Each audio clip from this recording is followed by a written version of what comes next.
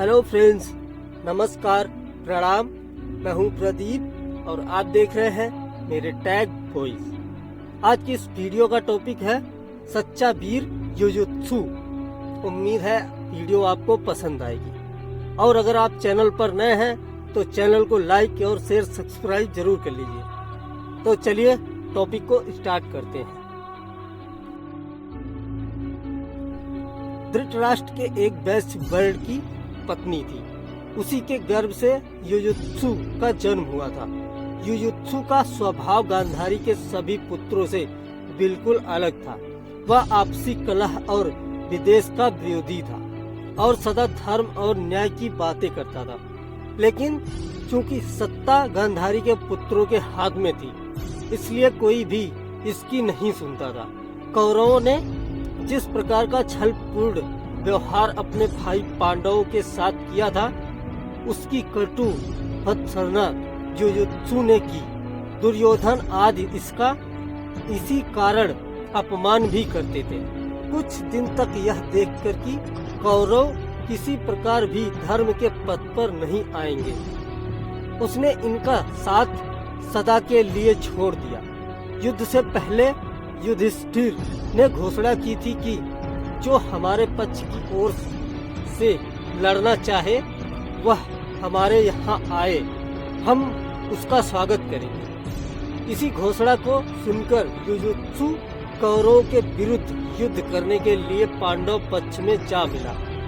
उसे विश्वासघाती भी कहा गया, लेकिन उसने इसकी तनिक भी परवाह नहीं की, क्योंकि उसके सामने परिवार और कुल की मर्यादा से ऊपर धर्म और सत्य की मर्यादा थी। उसी की प्रेरणा से उसने कुल और परिवार के उन बंधनों को काट दिया था जिन्हें भीष्म जैसे योगी और द्रोणाचार्य जैसे पंडित भी नहीं काट पाए थे।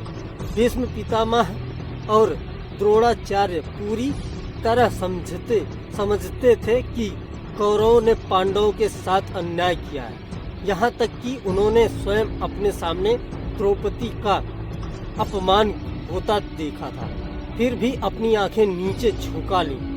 वे कौरवों के इस अन्यायी पक्ष का साथ तो छोड़ना चाहते थे, लेकिन नमक के धर्म में बंधे रहकर इसके लिए साहस नहीं जुटा पाते थे।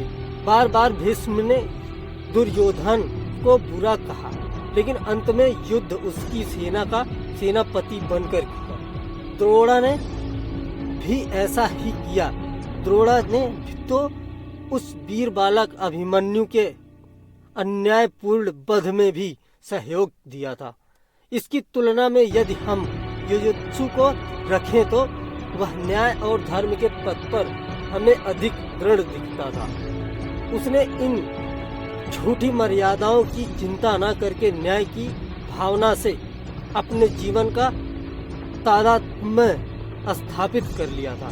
कुछ नासमझ व्यक्ति उसको विश्वासघाती या कुलघाती कहते हैं, लेकिन जीवन के सत्य की विराट आधार भूमि पर चिंतन करने से पता लगता है कि वह बड़ा ही सच्चा शूरवीर था। पांडवों के यहाँ उसका अपार स्वागत होता था। उसने भी पांडवों की ओर से सच्चाई के साथ युद्ध किया था और उनका इतना विश्वास जीत लिया था कि जब परीक्षित को राज्य देकर पांडव हिमालय की ओर चले तो जुजुत्सु को परीक्षित का संरक्षक नियुक्त कर गए। इन सब को देखकर हमें जुजुत्सु के रूप में एक ऐसा पात्र मिलता है जिसमें सत्य और धर्म के प्रति अपूर्व दृढ़ता और साहस था और जिसने कभी झूठे बंधनों में बंधकर अपनी आत्मा को नहीं बेचा था।